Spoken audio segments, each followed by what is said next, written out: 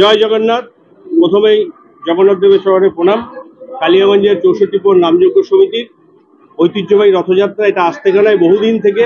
যখন এখানে এখন বড় মন্দির হয়েছে, তার আগে যখন এখানে টিনের শেড ছিল এবং কাঠের খুঁটি ছিল, তার আগের থেকে এই রথযাত্রা চলছে। এবং আমি একদম, আমার মনে আছে ছোট অবস্থায় যখন হাফ প্যান্ট পরে আসি, তখন সেখানে চিনিকলা দিতাম।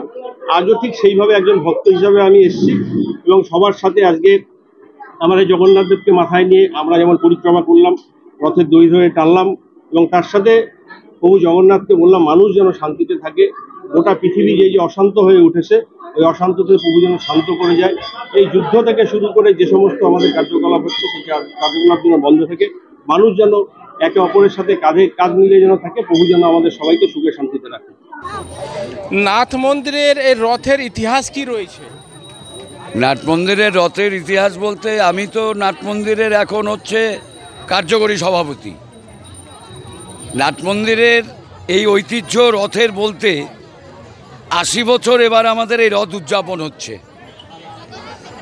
এবং এই 80 বছর যাবৎ মানুষের যে সমাগম প্রতি বছরই এবং কালিয়াগঞ্জের মানুষের সহযোগিতা এবং সহানুভূতির উপরেই আমাদের এই রথ এবং তাদের সাহায্যে এই রথ সুষ্ঠুভাবে প্রতিবারই পরিচালনা হয়।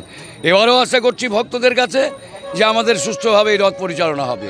কারা উদ্যোগ নিয়েছিলেন 80 বছর আগে? কারা উদ্যোগ নিয়েছিল? যারা নিয়েছিল তারা আজ কেউই নেই। তারা যখন পশ্চিম পাকিস্তান এবং পূর্ব পাকিস্তান ছিল, সেই পূর্ব পাকিস্তান থেকে যারা এখানে রিফিউজি হয়ে এসেছিলেন, তখন তারা ছিল রিফিউজি এবং সেই রিফিউজি যে কমিটি ছিল, সেই কমিটি সেই রথ পরিচালনা করত এবং বিভিন্ন অনুষ্ঠানগুলো এখানে পরিচালনা করত। মূলত তাদের দ্বারাই পরিচালিত হয়েছিল তখনকার দিনের রথ এবং সেই রথ এখনও চলছে। আগে তো রথ বড় ছিল, এখন ছোট দেখতে পাচ্ছি। কেন ছোট হলো? রথ বড় ছিল, এটা যেরকম বাস্তব, এটাকে অস্বীকার করব না। কেননা আমার বয়স এখন 72 বছর যাবৎ আমি তো এই রথ দেখে আসতেছি। আমি তো তখন ছোট, কিন্তু 10-12 বছর যখন আমার বয়স, তখন থেকে দেখছি এবং তার আগের থেকেও দেখে আসতেছি। আমার মা বাবার কাছে যেটা শুনেছি, গার্জিয়ান যারা আছে আমাদের এই পাড়ায়, তাদের কাছে যেটা শুনেছি, এবং এটা একটা ঐতিহ্য। মহেন্দ্রগঞ্জ বলবো না, এটা গোটা কালিয়াগঞ্জবাসীর এই নাট মন্দিরের একটা ঐতিহ্য এবং গোটা কালিয়াগঞ্জবাসীর সহযোগিতায়, সহানুভূতির সাহায্যে আমাদের এই নাট মন্দিরের প্রত্যেকটা অনুষ্ঠান পরিচালিত হয়। আগে রথ দেখতে বড় লাগতো, এখন ছোট লাগছে। নতুন যে রথ হয়েছে ছোট। হ্যাঁ, ব্যাপারটা হচ্ছে যে এর আগে যে রথ ছিল তখন জনসংখ্যাও কম ছিল, আর এখন জনসংখ্যা দিনে দিনে বৃদ্ধি পাচ্ছে, যার জন্য আমরা অনেকে চিন্তা করে দেখলাম। এবং যেহেতু মাসির বাড়িতে রথকে নিয়ে যেতে হয়, যার জন্য রাস্তা দিয়ে অত বড় রথ নিয়ে যাওয়া সত্যিই মুশকিল, যার জন্য আমরা ছোট রথের ব্যবস্থা করেছি। আচ্ছা, মাসির বাড়িতে কবে যাবে, কয়দিন থাকবে, কোথায় থাকবে? এবং মাসির বাড়িতে আজকে রাত্রেই যাবে।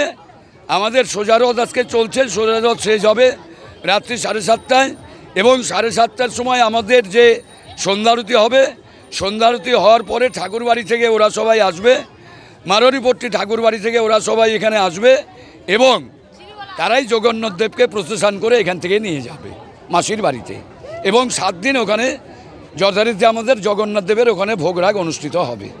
হ্যাঁ, কেমন লাগছে মেলা? কেমন লাগছে মেলা? খুবই ভালো লাগছে। আমাদের নতুন রথ, এখানে অনেক ভিড়, অনেক দোকানপাট বসেছে। আমরা এখানে চিনিকলা দিলাম, তারপর অনেক কিছু কিনলাম। কি নাম তোমার? সৃজন কর। কেমন লাগছে কি বলবেন? আমাদের এখানে তো এটা প্রত্যেক বছর হয়, খুব ভালোই লাগছে। আর এইটা আমাদের মানে এখানে বাড়ির কাছে অনুষ্ঠানটা, একটা মন্দির, খুব আনন্দ করি আমরা সবাই, ভালোই লাগে আমাদের এখানে। কতদিন ধরে আসেন? এখানে আসি আমি, তাও অনেক দিন হয়ে গেল।